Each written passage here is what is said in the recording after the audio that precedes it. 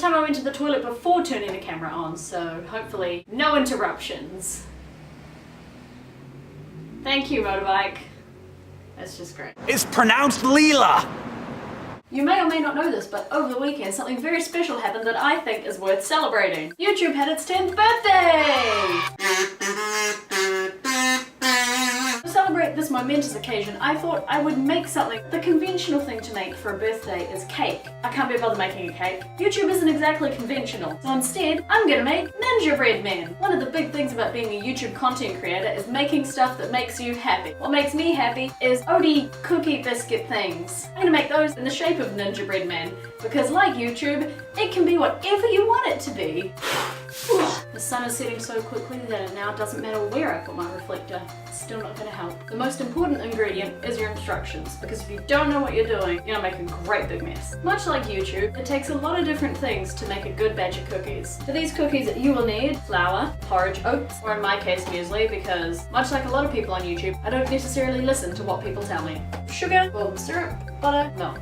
As for things, you will need a mixing bowl, measuring cup, spoony thing, some cutlery for reasons, and some stuff because you will also need your Ninjabread men cutouts. First thing is to preheat the oven to 180 degrees Celsius, which I've done. Sift flour into the bowl. I don't have a sieve. That's fine. I like baking better than regular cooking. You go to work the next day and say, hey, I did some baking last night. Everyone's like, wow, that's really impressive. Good for you. You go to work the next day and say, hi, I made dinner last night. Everyone's like, great, that's called being an adult.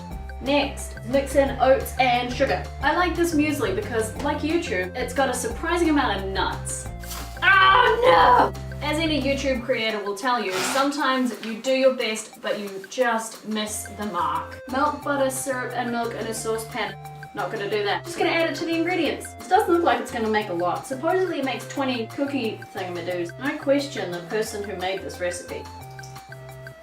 With this golden syrup, much like YouTube, you just have to be patient to get what you want. Anyone else enjoy writing profanities in their golden syrup? Because much like YouTube, you can hide naughty things where people would least expect. Like on YouTube, you can't just stick to your own stuff. You've got to mix it up. Does your mix look like this? If not, that's cool. Cookies, like with YouTube, what you consume is up to your own personal taste.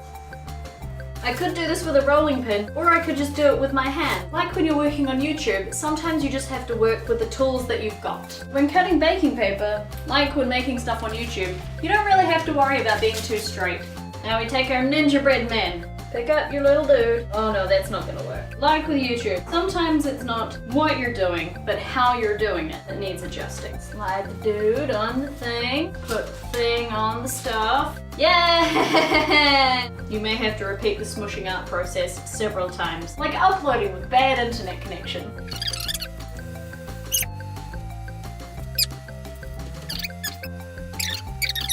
You've officially made one of every shape Ninjabread man. Like when working on YouTube, sometimes you just have to accept fate and change tact. So for the rest of these, you're just gonna scoop them into a sort of cookie shape. Now it's time to decorate, to make the bandanas and their waist sash thingamaboo. Adding sugary decorations to an otherwise healthy oatmeal cookie is like going on YouTube, but you promise it's to research a thing, and just falling down a giant hole of cat videos. Don't they look good?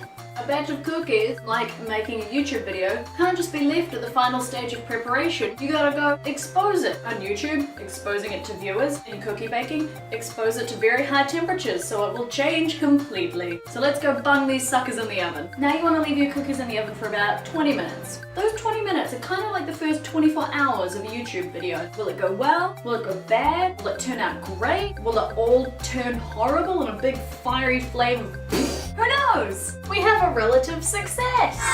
They're not exactly stable like most successful YouTubers, but gosh if they don't look cute! With cookies and with YouTube, you should always enjoy your own creations. This week's book of the week is Pet Sematary by Stephen King. It goes that way. If you want to support the show and help me make more awesome stuff, then you can do so by buying a copy of this book using the link in the description down below. Did you do anything to celebrate YouTube's 10th birthday? Let me know in the comment section down below. See you next week. I know what you're thinking. Is that bunting made of G-strings? You bet your flossed butt cheeks it is.